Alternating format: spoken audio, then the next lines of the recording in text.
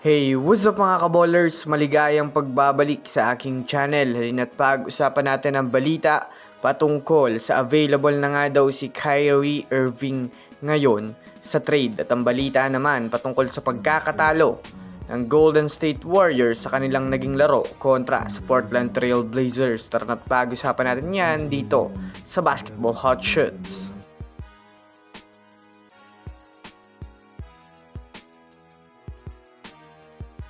Una nga muna tayong dumako mga kaballers sa balitang available na nga sa trade ngayon si Kyrie Irving. Well, as you can see, sa pag-aarangkada nga po ng season ay unti-unti na nga gumagalaw ang mga front office ng bawat kupunan sa NBA. Kung susumadahin nga natin, lahat nga ng team na magbibitaw ng mga player ngayon, yan ay ang mga kupunan na maaaring mag-explore ng trade ngayong season at bahagyang titignan kung ano nga ba ang mga player na makukuha nila bago kung fit nga ba o hindi. Since alam naman natin na ang team ng Mavericks ang isa sa mga kupunan ngayon na sobrang abala sa paggawa ng trade move, kanila na nga pong pinaghahandaan ang mga pwede nilang palitan ng mga player ngayong season upang umarangkada ang kanilang kampanya. Sa pinakabagong update nga po mula sa mga NBA analyst ng Dallas, official na rin nga pong open for trade ang kanilang guard na si Kyrie Irving upang i-explore ang potential nito sa magiging trade season.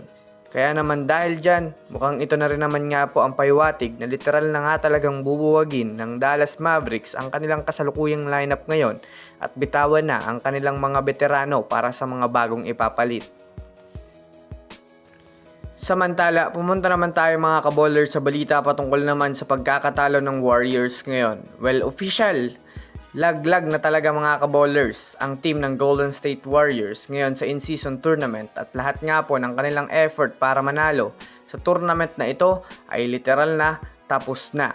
Dahil ilan nga sa kanilang mga katunggali ay malalakas ang pinapakitang performance at maaari pang ma-qualified. Since nakadalawa na nga silang talo sa ngayon, sila na nga po ang pinakahuling team sa bracket ng Group C. Kaya naman dahil sa naging pagkatalo nila, literal ngang hindi na naman nga po mga kaballers natuwa ang kanilang mga main superstar, lalong-lalo na si Stephen Curry at literal na galit ang ipinakitang asal sa loob ng locker room.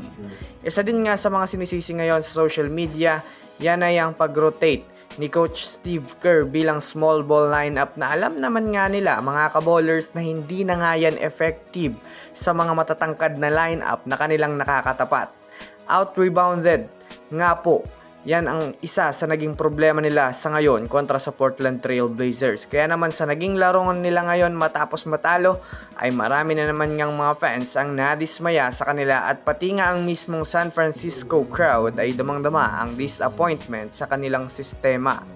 So yun lamang mga kaballers, yan lang na muna ang ating pag-uusapan sa ngayon. Pindutin ang subscribe and hit nyo na rin ang notification bell para sa mga susunod na updates sa mundo ng basketball. Again, this is Basketball Hot Shots. Thanks for watching.